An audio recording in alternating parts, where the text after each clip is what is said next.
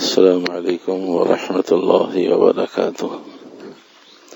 الحمد للہ وکفی والصلاة والسلام علی من لا نبی بعدہ۔ اعوذ باللہ من الشیطان الرجیم، بسم اللہ الرحمن الرحیم۔ یا ایھا الذین آمنوا لا تتخذوا عدوی وعدوکم اولیاء تلقون الیہم بالمودۃ۔ صدق اللہ مولانا العظیم وصدق رسولہ النبی الکریم ونحن علی ذلک لمن الشاہدین والشاکرین والحمد للہ رب العالمین۔ سورہ ممتحنہ 28واں سپارہ، آیت نمبر 1، ابتدائی آیت۔ اے ایمان والو، تم ہمارے اور اپنے دشمنوں کو کیوں دوست بناتے ہو؟ تم اپنے اور ہمارے دشمنوں کو دوست نہ بناؤ، نہ تم انہیں علی الاعلان دوستی کا پیغام دو، اور نہ تم انہیں چوری چھپے خاموشی سے دوستی کا پیغام دو، اس لیے کہ ہم تو تمہارے اور ان کے ظاہر کو بھی جانتے ہیں، اور ہم تمہارے اور ان کے باطن کو بھی جانتے ہیں۔ تم اگر خاموشی سے پیغام دو گے تو بھی ہماری نافرمانی ہے، تم علی الاعلان پیغام دو گے تو دوہری نافرمانی ہے کہ ہمارے منع کرنے پر ہمارے مقابلے میں آ کر تم انہیں دوستی کا پیغام دیتے ہو، اور تمہیں اس بات کا احساس اور ادراک قطعاً نہیں رہا کہ تم ہمارے دوستوں کے ساتھ زندگی گزار کر اپنے آپ کو ہمارا بندہ، اپنے آپ کو ہمارے نبی کا امتی بھی کہلواتے ہو۔ ہماری بغاوت کر کے ہماری زمین پر، ہمارے آسمان کے نیچے، ہمارے نظام سے، ہمارے بنائے ہوئے سورج اور چاند سے مستفید ہوتے ہو۔ اے میرے بندو، تمہارے اندر کون سی ایسی غلطی، کمی، کوتاہی، گناہ، نافرمانی ودیت کر گئی ہے کہ تم ہم سے مقابلہ کرنا چاہتے ہو اور ہمارے دشمنوں کو اپنے ساتھ لیتے ہو؟ تو یہ قریب قریب ترجمہ بھی، تفسیر بھی، تفصیل بھی اور وضاحت بھی۔ تو اللہ سبحانہ وتعالی نے متعین کیا کہ کون تمہارا دشمن ہے، کون تمہارا دوست ہے۔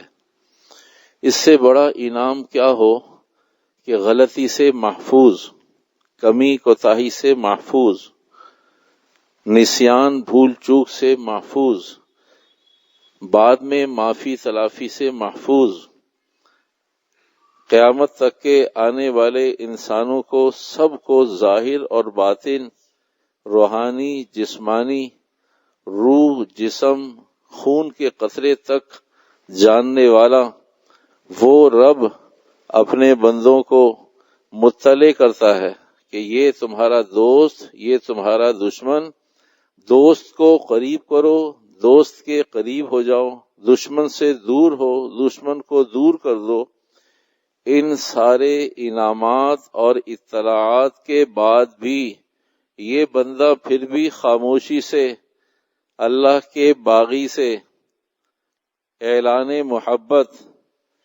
محبت کا پیغام، دست محبت، تحریر محبت، انداز محبت، میٹنگ اور سٹنگ کرتا ہے۔ اللہ فرماتے ہیں، اے میرے بندے، میں صابر ہوں، ورنہ تیرے اس عمل پر تیری نسلوں کی شکلیں بگاڑ دوں، ہونا یہ چاہیے تھا۔ اس لیے کہ پہلے جتنی بھی قوموں کی شکلیں، عذابات، تکالیف، وہ اجتماعی اعمال پر اور اللہ کی بغاوت پر اور لوگوں کے حقوق پامال کرنے پر، لوگوں کے ساتھ ظلم اور زیادتی اور قتل و غارت کے بازار کو گرم کرنے پر ہی عذابات آئے ہیں، کیونکہ ہم آخری نبی کے آخری امتی ہیں، اس لیے ہمارے ساتھ اللہ کا معاملہ مختلف ہے۔ ورنہ عذاب کے لیے، قیامت کے لیے شکلیں بگڑنے کے لیے، پکڑ کے لیے یہ ایک نافرمانی کافی تھی۔ اللہ نے فرمایا نہیں، ہم نے کہا ہاں۔ اللہ نے فرمایا دشمن ہے، ہم نے کہا دشمن نہیں ہے۔ اللہ نے فرمایا میں جانتا ہوں، کہا پھر کیا ہوا اب جانتے ہیں؟ اللہ کہتے میں پکڑ کروں گا، کہا جب پکڑ آئے گی، جس طرح دو نافرمان لوگ آپس میں ایک دوسرے سے مکالمہ کرتے ہیں، ہم آج اسی طرح اپنے رب سے بحث مباحثہ کر رہے ہیں بحیثیت قوم کے۔ یا ایھا الذین آمنوا لا تتخذوا عدوی وعدوکم اولیاء تلقون الیہم بالمودہ، اے ایمان والو تم میرے اور اپنے دشمنوں سے دوستی نہ کرو، پیغام محبت نہ بھیجو۔ اس پر دوسرا انعام، دوسرا اعزاز، دوسرا اکرام، دوسرا فضل یہ کہ پھر اللہ نے نقصانات بتائے کہ بھئی کیا یہ کافی نہیں ہے کہ میں خالق منع کرتا ہوں تو مخلوق مانتی نہیں ہو؟ یہ کافی نہیں ہے میں نے منع کیا تم مانتے نہیں ہو؟ کیونکہ اللہ رحیم اور کریم ہے تو اللہ نے پھر نقصانات بتائے۔ اچھا بھئی نقصانات بتاتے ہیں، شاید تمہیں ہماری اتنی بات لا تتخذوا عدوی وعدوکم، خبردار ہمارے دشمنوں کو دوست نہ بناؤ، یہ بات تمہاری کافی نہیں ہوئی تو ہم نے خاموش رہ کر بتائی نہیں ہوئی کہ نہیں یہ کافی نہیں ہے۔ پھر اللہ نے انبار لگا دیا، یہ نقصان، یہ نقصان، یہ نقصان، یہ نقصان۔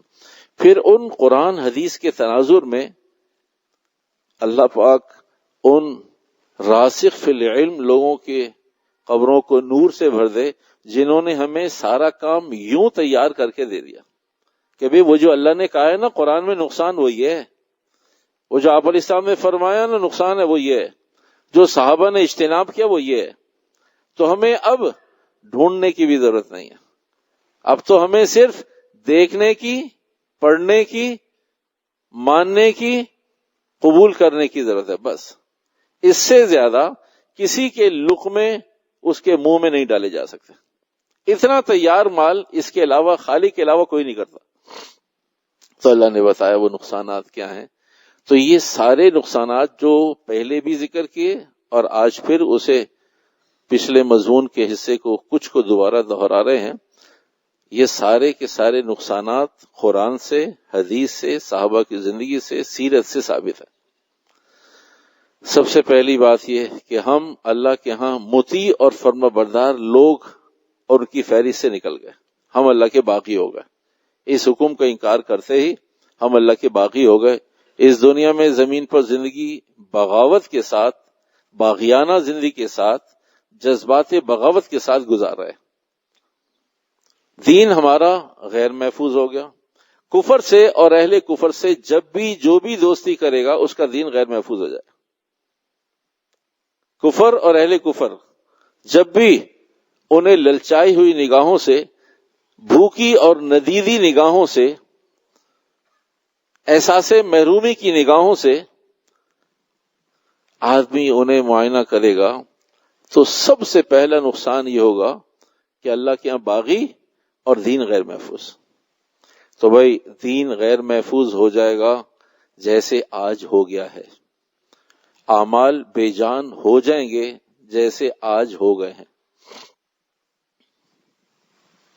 تعلیم غیر معیاری ہو جائے گی جیسے آج تعلیم غیر معیاری ہے، ہمارے اپنے نظام میں جان نہیں، ان کے نظام میں حیا اور غیرت نہیں۔ ہمارا اپنا نظام تعلیمی نظام، جبکہ قرآن حدیث نے ہمیں نظام دیا، انہوں نے اڈاپٹ کیا، فرنش کر کے اس کو ٹھیک ٹھاک کر کے 19-20 کر کے واپس بھیج دیا۔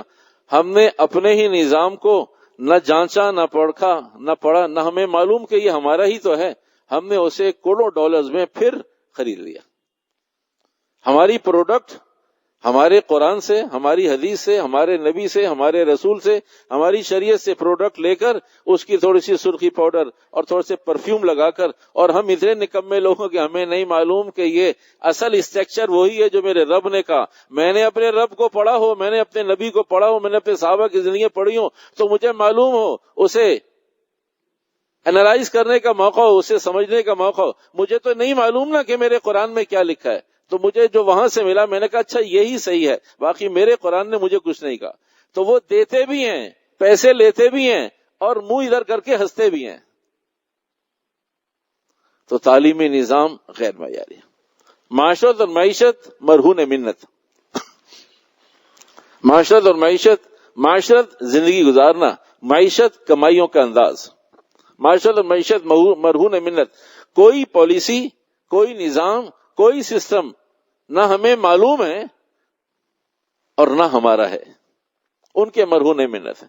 جیسے کہیں گے جس کارڈ کو، جس کی پبلسٹی کریں گے، ہم اندھے بن کر، نکمے بن کر، پڑھے لکھے جاہل بن کر ہم اپنی ایفرٹس اس پہ لگا دیں گے کہ بھئی یہ نئی پروڈکٹ لانچ ہو گئی ہے، اور بھئی تم بھی تو انسان اور مسلمان ہو. کہا ہم انسان اور مسلمان تھے،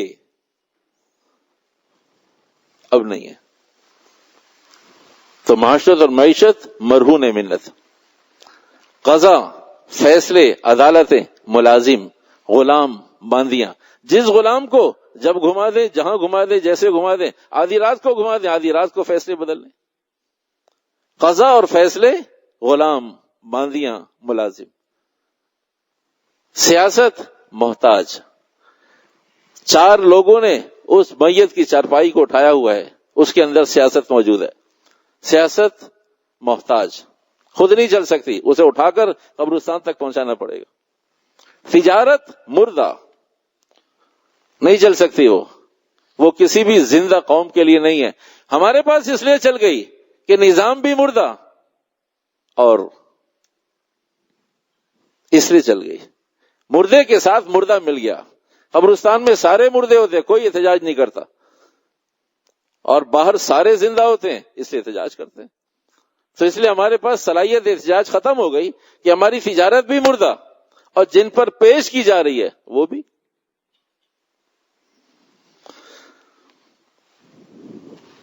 ہر حلال آمیزش کے بعد ہو گیا حرام، اور ہر حرام پبلسٹی کے بعد ہو گیا وہ حلال. تو یہ ہے پچھلے کئی جمعات کا خلاصہ، سمری اور مرکزی خیال. تو وہ دین جب غیر محفوظ ہو جاتا ہے، ہمارے اعمال میں جان کیوں نہیں؟ اس لیے کہ دین ہمارا محفوظ نہیں. دین محفوظ ہو جائے گا، ہم سب کے اعمال میں ایسی جان کہ بس کسی کو کسی سے کہنے کی ضرورت نہیں ہے. دعا کرے، ہر آدمی کہتا ہے مجھے دعا کرنی آتی ہے، میں اپنے اللہ سے منوانا جانتا ہوں، میرا اللہ ہے، میں اس کی مخلوق ہوں، میں اس کی مانتا ہوں، وہ میری کیوں نہیں مانے گا؟ میں بھی تو اس کی مانتا ہوں، میں نے کب اس کی انکار کیا؟ میں نے کب اس کی نافرمانی کیا؟ تو میرا اللہ کیوں نہیں مانے گا میری؟ جب میں مانتا ہوں وہ بھی مانے گا. تو یہ ڈنکے کی چوٹ پر کہے گا. کیسے کہہ سکتے ہیں سارے مسلمان آج؟ کوئی ایک مسلمان بھی کیسے کہہ سکتا ہے کہ میں کیا اللہ کی نہیں مانتا؟ میں جب اللہ کی مانتا ہوں اللہ میری مانے گا. تو دعائیں اور اعمال بے جان اس لیے کہ دین محفوظ نہیں. تعلیم غیر معیاری اس لیے کہ دین محفوظ نہیں. معاشرت معیشت مرہون منت کیوں؟ اس لیے کہ دین محفوظ نہیں. قضا بے جان کیوں؟ غلام اور لونڈی کیوں؟ دین محفوظ نہیں. تجارت محتاج کیوں؟ دین محفوظ نہیں. سیاست اور ہر حلال حرام اور ہر حرام حلال کیوں؟ اس لیے کہ دین محفوظ نہیں. تو جب دین محفوظ نہیں ہوگا تو یہ سارے شعبے مردہ ہو جائیں گے، جیسے آج مردہ شعبوں کے ساتھ ہم زندہ لوگ بھی مردہ ہو گئے. شعبے مردہ ہیں، اور ہم اب اپنے آپ کو یقین دلاتے پھر کہ بھائی نہیں ہم زندہ ہیں، ہم زندہ ہیں، ہم زندہ ہیں. اگر ہم زندہ ہیں تو شعبے زندہ ہو جائیں گے، ہم مردہ ہیں تو شعبے مردہ ہیں. تو دین موجود نہیں، شعبے مردہ ہو گئے. دین موجود ہوگا تو شعبے زندہ ہو جائیں گے. دین محفوظ غیر محفوظ ہو گیا. دین ہمارے پاس ہمارے گھروں میں غیر محفوظ ہو گیا، ہماری تجارتوں میں مردہ ہو گیا، ہماری شادیوں میں مردہ ہو گیا، ہماری خرید و فروخت میں دین مردہ ہو گیا. تو دین مردہ ہو گیا، مردہ حالت میں ہمارے پاس، ہمارے سینوں میں، ہمارے گھروں میں، ہماری تجارتوں میں، ہماری شادی بیاہ میں، خرید و فروخت میں، سفر حضر میں، معاملات میں، ہماری فائلوں میں، ہمارے قضاء و سیاست میں، تجارتوں میں، ملازمتوں میں، معیشت میں نہیں دین زندہ، اس لیے سارے شعبے مردہ ہو گئے۔ تو اس مضمون کو یہاں چند منٹ کے لیے روکتے ہیں، واپس آتے ہیں اس مضمون کی طرف۔ دو چیزیں اہم اور ایک اعلان ہے آج کے مضمون سے متعلق۔ وہ بات یہ کہ میں قبل میں بھی عرض کیا تھا، اب دوبارہ اسے اعادہ کر رہے ہیں۔ ایک بھرپور پروپیگنڈا چل رہا ہے کہ مسلمان پاگل ہیں، یہ مسلمان ہی کر رہے ہیں، کوئی غیر مسلم تو بات کی چیز ہے کہ بھئی بائیکاٹ کا کوئی فائدہ نہیں ہے، کچھ نہیں ہوتا، ساری سرمایہ کاری تو مسلمانوں کی ہے، فرنچائز تو مسلمانوں کی ہیں، کھربوں ڈالر تو مسلمانوں کے لگے ہوئے، یہ مولوی بھی پاگل ہیں، لوگ بھی پاگل ہیں، اور یہ کچھ نہیں ہوتا، اس سے بائیکاٹ سے کچھ ہو بھی نہیں رہا، کر کے دیکھ لیں، چیک کر لیں، دیکھ لیں۔ تو میرے بھائیو، جب کچھ نہیں ہو رہا تو پھر خاموش ہو جائے نا، کیوں شور کر رہے؟ جب کچھ نہیں ہو رہا تو بھئی کچھ ہوتا ہے تو آدمی اچھلتا ہے نا۔ کیا آدمی خوشی کے موقع پر ہائی اللہ ہوئی اللہ کرتا ہے؟ اوف اور توف خوشی کے موقع پہ کرتا ہے۔ جب کوئی چیز چبھتی ہے، پریشان ہوتی ہے، کوئی چیز کلک ہوتی ہے تو آدمی اچھلتا کودتا ہے۔ تو بھئی اچھل کود تو خود اس بات کی علامت ہے کہ کچھ ہو تو رہا ہے، لیکن مسلمانوں کو پتہ نہیں چلنا چاہیے۔ تو میرے بھائیو، سب سے پہلی بات، سب سے بنیادی بات یہ کہ جو بات آج کے مضمون سے متعلق ہے وہ یہ 40% اس میں مسلمان مستورات اور عورتوں کا جہاد ہے، 40% فیملی کے باقی ممبرز کا، اور 10% گھر کے مرد کا، کچھ حصہ اس کا بھی ہے۔ اس لیے کہ جب آرڈر سے یہ پروڈکٹ لے کر آئیں تو وہ غریب عبدال کی طرح وہ پروڈکٹ ڈھونڈ رہا ہوتا تھا۔ اب آرڈرز ہیں وہ لے کر آئیں، یہ بدل کر لائیں، اب وہ عبدال کی طرح بازار میں گھوم رہا ہے کہ نہیں وہ والی چاہیے، پاکستانی چاہیے، وہ نہیں چاہیے۔ تو بائیکاٹ تو بہت دفعہ ہوا، پہلے ختم نبوت پر بھی ہوا، پتلے بنانے پر بھی ہوا، تحقیر پر بھی ہوا، کم گفتگو پر بھی ہوا، لیکن امت مسلمہ کی بہنوں نے، عورتوں نے، بیٹیوں نے، ماؤں نے، نانی اور دادی نے اسے سیریس نہیں لیا تو بازار عروج کو پہنچ گئے تھے۔ آج امت تو 40% مسلمان عورتوں کا جہاد اس میں شامل ہے۔ قابل تعریف ہیں وہ مسلمان عورتیں، مسلمان بہنیں، بیٹیاں کہ جنہوں نے اسے سیریس لیا، اور پھر ان کے بچوں نے ماؤں کو دیکھ کر خریداری کے موقع پر ماں کی قمیص پکڑ کے ماں کو ہلا کر 3 سال اور 4 سال اور 5 سال کے بچے، اس لیے کہ آج میڈیا کا زمانہ ہے تو 6 سال کا بچہ بھی ماں کو اور باپ کو اور اپنے بڑوں کو بتاتا ہے جو ان کی ٹانگ برابر ہے، کہا نہیں ماما یہ پروڈکٹ مسلمانوں کی نہیں ہے۔ اسٹورز میں شیلف میں لگی ہوئی چیزوں کے بارے میں ماں اور باپ سے پہلے بچہ بتاتا ہے نہیں ماما یہ نہیں، یہ نہیں ہے، تو قوم دیکھ رہی ہوتی ہے کہ یہ ٹانگ برابر بچے کو کس نے سمجھا دیا۔ یہ پریشانی ہے کہ جسے ہم نے کھربوں ڈالرز لگا کے جس کو پریگننسی کے موقع پر خراب کیا تھا، وہ باہر آنے کے بعد صحیح کیسے ہو گیا؟ جس کو ہم نے پریگننٹ ماں کو سب کچھ حرام کھلایا تھا، وہ آج یہ سارا نظام کیسے بدل گیا؟ وہ 50 سال بعد دیکھ رہے ہیں، ہم آج بھی ابھی نہیں دیکھ رہے۔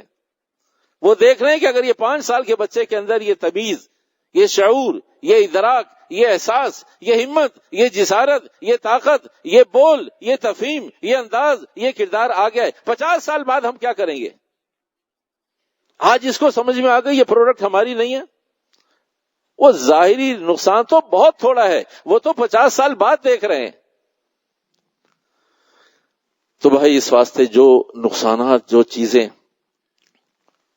بے شمار نقصانات ہیں ان کے اس مضمون پر، اور ہمارے بے شمار فوائد۔ آپ نے 50 روپے کی چیز کی جگہ 100 روپے کی چیز لے لی، وہ برانڈیڈ ہے، اور 50 روپے کی چیز لے لی اس لیے کہ وہ آپ کی مصنوعات میں سے کسی مسلمان کا پیسہ لگا ہوا ہے اس پہ۔ آپ نے تو صرف 50 روپے کی قربانی دی اور 100 روپے کی چیز برانڈیڈ چھوڑ کے 50، یہ آپ کی 50 روپے کی قربانی 5000 سال تک اثر انداز ہو رہی ہے۔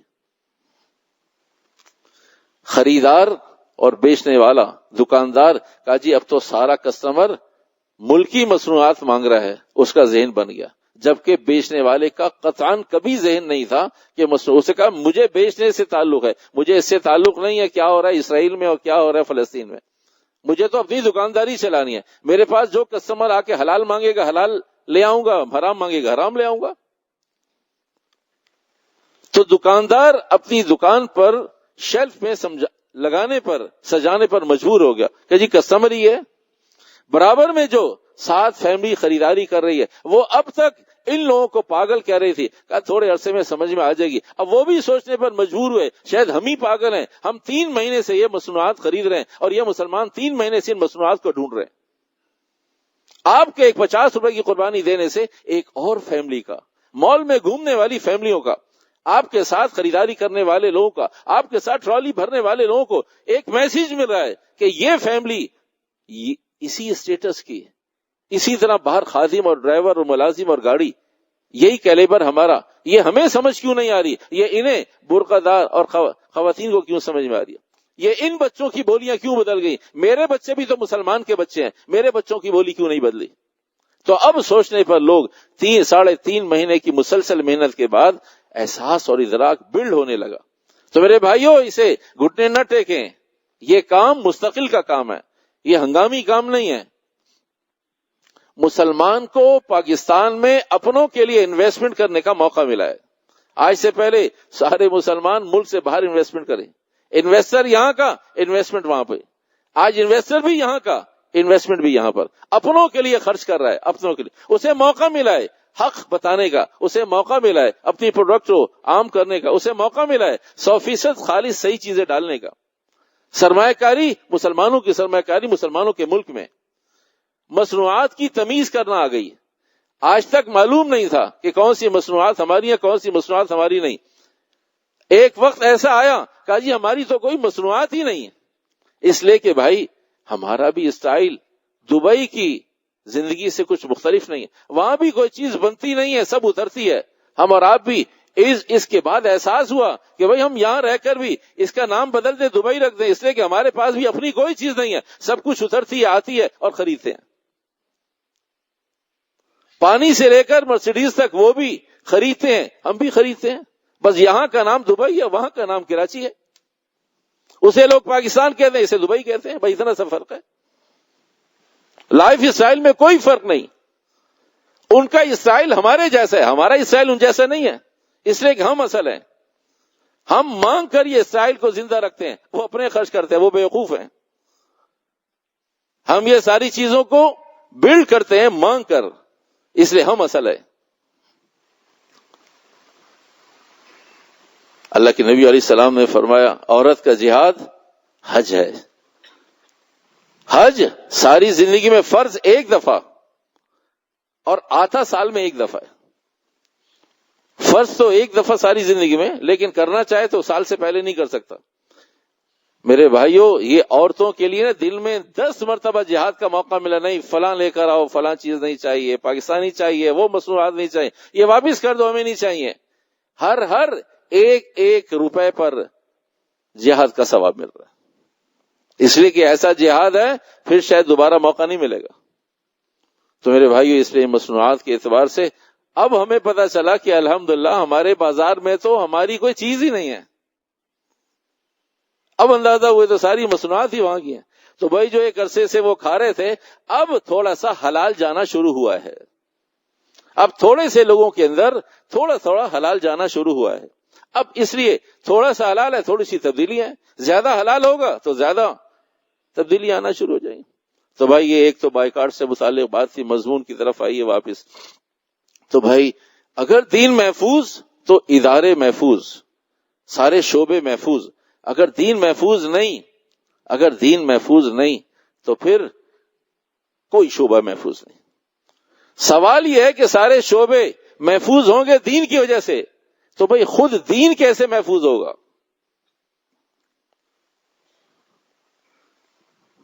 جو توپ ہے توپ، اس توپ کو بھی تو کسی کارخانے میں بنایا گیا ہے نا، جو توپ ایٹم بم وہ بھی تو کہیں بنا ہے، وہ بھی آسمان سے تھوڑی اترا ہے۔ جو دین اسے زندہ کون رکھے گا؟ وہ کہاں سے زندہ ہے؟ تو میرے بھائیوں وہ کہاں سے زندہ ہے؟ دین زندہ تو سارے شعبے زندہ. خود دین کیسے زندہ ہوگا؟ خود دین کی حیات اور زندگی کیا ہے؟ کبھی کبھی سستی گولی آدمی کو دھوکے میں ڈال دیتی ہے، کبھی کبھی محبت آدمی کو بدگمان کر دیتی ہے، کبھی کبھی سخاوت آدمی کو بدگمانی پر مجبور کر دیتی ہے. تو بالکل اسی طرح میرے محترم ہمیں سننا بھی چاہیے، سمجھنا بھی چاہیے اور کھلے دلوں قبول بھی کرنا چاہیے. حقیقت یہی ہے، مانے تب بھی یہی حقیقت ہے اور نہ مانے تب بھی یہی حقیقت ہے. سارے شعبے محفوظ اگر دین محفوظ. سوال یہ کہ دین کیسے محفوظ ہوگا؟ اور وہ سب سے پہلے دین کو غیر محفوظ کرتے ہیں، تاکہ جب دین غیر محفوظ تو سب سے زیادہ شعبے متاثر ہوں گے. تو میرے بھائیوں، اسے مانے نہ مانے، سستی گولی دھوکے میں نہ ڈال دے، محبت بدگمانی میں مبتلا نہ کر دے، سخاوت بدگمان نہ کر دے آدمی کو. اس دین کی حفاظت دینی مدارس سے ہے. تو دین غیر محفوظ اس دن جس دن دینی مدارس غیر محفوظ ہو گئے. اور دینی مدارس اگر محفوظ، پوری دنیا کے 350 ملک اس پر مصر ہیں کہ دین محفوظ ہے مدارس سے. اگر مدارس کو براہ راست ختم نہیں کر سکتے تو کم از کم اتنا ضرور کریں کہ مدارس کو ایجوکیشن بنا دیں. اس لیے کہ پھر جب مدارس کو ایجوکیشن ہو جائیں گے، پھر ساری قوم، ساری دنیا، سارا نظام کو ہو جائے گا. کو سے بچانے کے لیے، کو کرنے کے لیے انہیں میں اسکول، کالج، یونیورسٹی کے نہ خلاف ہوں. میری گروتھ بھی ابتدان وہیں سے ہے. میں بھی مدرسے میں بعد میں آیا ہوں، حافظ بعد میں بنا ہوں. اس لیے آپ کی تسلی کے لیے عرض کر رہا ہوں کہ میں خاندانی مولوی نہیں ہوں، خاندانی امام نہیں ہوں. میری فیملی میں اور کوئی امام نہیں ہے. میں بھی اسکول چھوڑ کر حفظ چھوڑ کر پھر مدرسہ اور پھر پرائیویٹ جو کچھ پڑھنا تھا. تو اس لیے آپ کی تسلی کے لیے عرض کر، انہیں اسکول، کالج، یونیورسٹی کے غیر کو ہونے سے کوئی خطرہ نہیں. انہیں مدرسے سے اور اس کے ایجوکیشن نہ ہونے سے خطرہ ہے. اس لیے سب سے زیادہ غیر محفوظ اس سے پہلے کیا جائے. آج آپ لا کالجز کو چھوڑ دیں، 50 سال میں پچھلے جتنے لائر ہیں یقیناً انہیں مرنا ہے، اور نئے بچوں کے پاس لا کالج نہیں ہے تو 50 سال کے بعد کائنات میں لا جاننے والا کوئی نہیں ہوگا. اسے ہر سمجھدار مانتا ہے. آرکیٹیکچرز 50 سال تک انہیں تعلیم نہ دیجیے، اور پچھلے والے سارے ڈیزائنر، آرکیٹیکچر، انجینئرز اللہ کے پاس جنت میں پہنچ جائیں گے. نچلوں کے پاس تعلیم نہیں ہے تو وہ تعمیرات پاکستان کی حد تک اور دنیا کی حد تک ختم ہو جائیں گی. یہ ہم مانتے ہیں، لیکن یہ پتہ نہیں کیوں نہیں مانتے کہ آج اگر مدرسے بند کر دیں تو 50 سال کے بعد دین نہیں رہے گا. کہا نہیں، اللہ کا کام ہے. تو بھائی انجینئرز پیدا کرنا شیطان کا کام ہے، وہ اللہ کا کام نہیں ہے. بیرسٹر پیدا کرنا کسی اور کا کام ہے. جب وہ سسٹم کا حصہ ہے اور معقولیت ہے تو یہ سسٹم کا حصہ کیوں نہیں ہے؟ اسے کیوں ایکسپٹ کرنے کو تیار نہیں ہے؟ صرف مدارس پہلے کو ایجوکیشن اور پھر آہستہ آہستہ اپنی موت آپ مر جائیں گے. جب مدارس کو ایجوکیشن ہو جائیں گے تو پھر ختم کرنے کی ضرورت نہیں ہے. جیسے آج تعلیمات ختم کرنے کے لیے کو ایجوکیشن، اب ہر ماں باپ پریشان ہے کہ میری بچی کہاں جا رہی ہے، میرا بچہ کہاں جا رہا ہے. اب کو ایجوکیشن کے بعد اور کہا ہمارا ہدف پورا ہو گیا، اب ہمیں کچھ کرنے کی ضرورت نہیں ہے، اب انشاءاللہ یہ بچے بچیاں خود کریں گے جو کچھ کرنا ہے. تو میرے محترم، اس وقت 350 ملکوں میں کوئی ایسی این جی اوز، کوئی ایسی مشینری، کوئی ایسی ایجنسی، کوئی ایسا سسٹم، کوئی ایسا نظام، کوئی ایسی فاؤنڈیشن، کوئی ایسا ٹرسٹ نہیں ہے جو اتنے لمبے عرصے میں فری آف کاسٹ پروڈکٹ دے رہی ہو، آؤٹ پٹ دے رہی ہو. اگر ہے تو بتائیے، ہم آج ہی اپنی کتاب میں لکھیں گے، اسے آج ہی نوٹ کریں گے.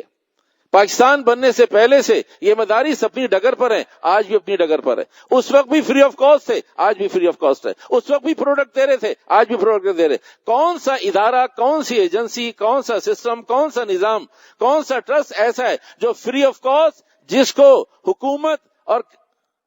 حکومت بھی اور سرکار بھی روزانہ ہلا کر دیکھتی ہے کہ اب دیواریں کمزور ہوئی یا نہیں ہوئی. فنڈنگ کوئی نہیں، سرپرستی کوئی نہیں، حوصلہ افزائی کوئی نہیں، محبت کی نگاہ کوئی نہیں، نظر رحمت کوئی نہیں، نظر کرم کوئی نہیں. اس کے باوجود کوئی ادارہ ایسا ہو جسے سرکار پروڈکٹ نہ کرتی ہو، جسے سرکار سہارا نہ دیتی ہو، حکومتیں ان کے ہلانے میں لگی ہو، اور پھر وہ 70 سال نہیں 170 سال سے اپنی آؤٹ پٹ دے رہے ہو. میرے بھائیوں، یہ بات جمعے میں کہنے کی نہیں، لیکن مجمع سمجھدار لوگوں کا ہے، مجمع ڈسکس کرنے والے لوگوں کا ہے. بہت سارے، میں بھی کوشش کرتا ہوں 2 4 5 6 فون کھڑکاتا ہوں، کہیں سے مخلصین کا فون آ جاتا ہے. تو جب یہاں سے بات آفیسز میں، مکانوں میں، چیزوں میں، گھروں میں، رابطوں میں، تو بہت ساری چیزیں سامنے آنے لگتی ہیں. میں مضمون کے چھوڑنے کے حق میں نہیں ہوں، صرف عرض کر کے واپس اپنے مضمون کی طرف آتا ہوں. کہا جی ہمارے آفس میں اور بھی ہماری فیکٹری میں اور کوئی ہمارے لوگوں کے درمیان بہت زیادہ اچھل کود شروع ہو. کہا کیوں؟ کہا یہ ٹوپی کے علاوہ کوئی مضمون ہی نہیں ہے مولوی صاحب کے پاس. تو چیزیں ڈسکس ہوتی ہیں. کہا یہ کون سی حدیث میں ہے، کہاں لکھا ہے، سعودی عرب میں ایسا ہوتا ہے، ہمیں تو کسی نے نہیں کہا. تو میرے محترم، یہ ڈسکس ہونا سمجھدار ہونے کی علامت ہے کہ بھئی جب چیزیں کنگھالی جاتی ہیں تو بھی کوئی پوچھے گا، کوئی پتہ کرے گا کیا مضمون ہے. الحمدللہ ثم الحمدللہ، اللہ کا احسان فضل. بہت سارے ساتھیوں نے کہا جی اب ٹوپی کا میں نہیں جانتا، میرا تعارف نہیں ہے، یا اللہ انہیں جزائے خیر دے. یہ ان کا بڑپن ہے، ان کا احسان ہے ہم پر کہ بھئی ہم نے انہیں کوئی غلط بات نہیں بتائی، صحیح بات بتائی، انہیں اہتمام کیا اس کا. کہا جی اب میں ٹوپی کا اہتمام کرتا ہوں، اب میں نمازوں میں نہیں، عام حالات میں پہنتا ہوں. کہنا جی میں نمازوں میں پہنتا ہوں. کہا جی پہلے نہیں تھا، اب اہتمام. الحمدللہ، فرق ضرور پڑتا ہے، کہنے سننے کا فائدہ ضرور ہوتا ہے. تو میرے بھائیوں، اس وقت امت مسلمہ میں کوئی ایسا ادارہ، میں کراچی پاکستان اسلامی ممالک کی بات نہیں کر رہا، میں پورے ورلڈ کی بات کر رہا ہوں، اس خطے کی بات کر رہا ہوں جسے خشکی کا خطہ کہتے ہیں، جس پہ 350 اور 300 ملک آباد ہیں. ان میں کوئی ایسا ادارہ آج تک موجود ہو جسے ہم دیتے کچرا ہوں اور وہ فرنش کر کے ہمیں بہترین انسان فراہم کر دے. ہم دیتے کیا ہیں؟ یہ بات جمعے میں کہنے کی نہیں ہے، لیکن سمجھدار لوگوں کا مجمع ہے. میرے بھائیوں، مدارس کو ہم صرف گند دیتے ہیں، گند. مال کا گند زکوٰۃ نہ دیں تو مال پاک نہ ہو، اور نہ دیں تو ضمیر مطمئن نہ ہو، اور انہیں نہ دیں تو کوئی اور آدمی نظر نہیں آتا دینے کے لیے. ہماری اتنی مجبوریاں اور وہ گند. کہیں اور دے دو، کہا تسلی نہیں ہوتی. کہاں دے دیں، اطمینان نہیں ہوتا. کس کو وکیل بنائے سمجھ میں نہیں آتا. کچھ ہوتا ہوا نظر آتا ہے، کوئی بچے کچھ پڑھ لیتے ہیں، غریب مسکین. بچوں کے اعتبار سے کم جینیس بچے نہیں. اس مجمع میں اگر کسی کو یاد ہو کہ جو بچہ اے لیولز او لیولز کا صحیح ریزلٹ دے رہا ہو، آپ نے پھر اس کو مولوی بنایا ہو، اگر کوئی ہو تو ہاتھ کھڑا کرے. وہ ہاتھ اس قابل ہے کہ اسے چوما جائے. اگر کوئی بچہ اے لیولز او لیولز کا، اس لیے کہ ہمارے پاس تو تعلیمی نظام ایسا ہے ہی نہیں کہ ہم اپنے جس کے پاس 4 پیسے ہیں وہ میٹرک سسٹم کو تو جانتا نہیں ہے. کوئی ایسا بچہ ہو جس کا ریزلٹ اچھا ہو، جس کے فرسٹ اٹیمپٹ میں سارے پیپر کلیئر ہوتے ہوں، اور وہ باپ کہے نہیں میرا جی چاہتا ہے تو مولوی بنے، تو اس کی ماں، بچے کی ماں، اس کی بیوی گھر سے نکال دے گی اسے. تو اس لیے وہ گھر میں بھی اور دین کے اندر رہنا چاہتا ہے. ہم دیتے کیا ہیں مدرسوں کو؟ لولے لنگڑے نکمے بچے، کم عقل بچے، جن کی آئی سائٹ ویک ہو گئی، جن کا دماغ کمزور ہو گیا، جن کے سلیقہ طریقہ نہیں تھا، جو نافرمان بچے تھے، نہیں مانتے تھے، نہیں سنتے تھے. ان بچے اور بچوں کو ڈالو مدرسوں میں، شاید یہ انسان بنا دیں. ہم سب کچھ گھٹیا چیزیں انہیں فراہم کرتے ہیں، وہ پھر ایڑی چوٹی کا زور لگا کر کچھ انسان ہمیں فراہم کر دیتے ہیں. عجیب بات بتاؤں آپ کو، 2024 جنوری کی بات کر رہا ہوں، صرف پاکستان نے 250 ملکوں میں صرف پاکستان نے 1,07,000 حفاظ دیے ہیں آپ کو، صرف پاکستان۔ اسلامی ممالک کی بھی کہیں یہ تعداد نہیں ہے۔ پچھلے سال 95-94 ہزار تھے، 9,400 نہیں کہہ رہا، 94-95 ہزار حفاظ۔ اتنی مساجد نہیں ہے دنیا میں جتنے حفاظ مدارس دیتے ہیں، اور دیتے کس پر ہیں؟ زکوٰۃ دینے پر، گھٹیا دینے پر۔ مر گئے باپ کے کپڑے ہیں، گندے میلے چادریں دے دو، مدرسوں میں دے دو۔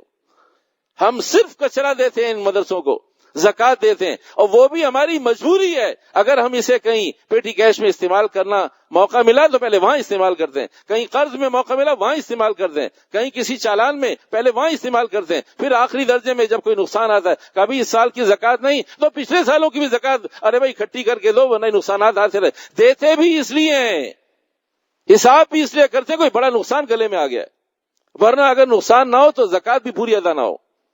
ہم کچرا دیں اور یہ ہمیں ہمارے ممبروں کی زینت دے دیں، یہ ہمیں ہمارے اذانوں کی زینت دے دیں، یہ ہمارے نکاحوں کی زینت دے دیں، یہ ہمارے جنازے پڑھانے کی زینت دے دیں، یہ ہمارے بچوں کے کانوں میں اذان دینے کی زینت دے دیں، یہ ہمیں ہمارے بچوں کو انسان بنانے کی، قرآن حکیم پڑھانے کی قرہ حضرات دے دیں۔